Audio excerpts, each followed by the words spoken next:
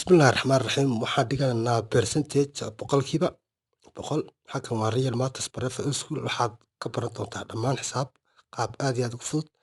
Su-aasha koowaad marka ugu horreysa waxaan dhahayaa 3 lagu dhuftay 5 baan dhahayaa. 3 lagu dhuftay 5 waxaan dhahayaa waa 15. Markaan 3 5 ku dhufto waa 15 baan dhahayaa.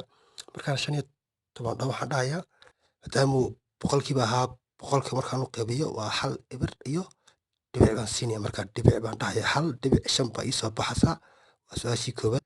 Su-aasha labaadna waxaan dhahayaa marka ugu horreysa 9 baan ku dhufanayaa 4. 9 4 ku dhufo waa 36 weji. 36 markaan haysto ayaa waxaan dhahayaa 36. maadaamuu boqol ahaa xaggana waxaan dhahayaa dhibic baan dhahayaa. Dhibic 3.6 baan dhahayaa. Su-aasha labaad.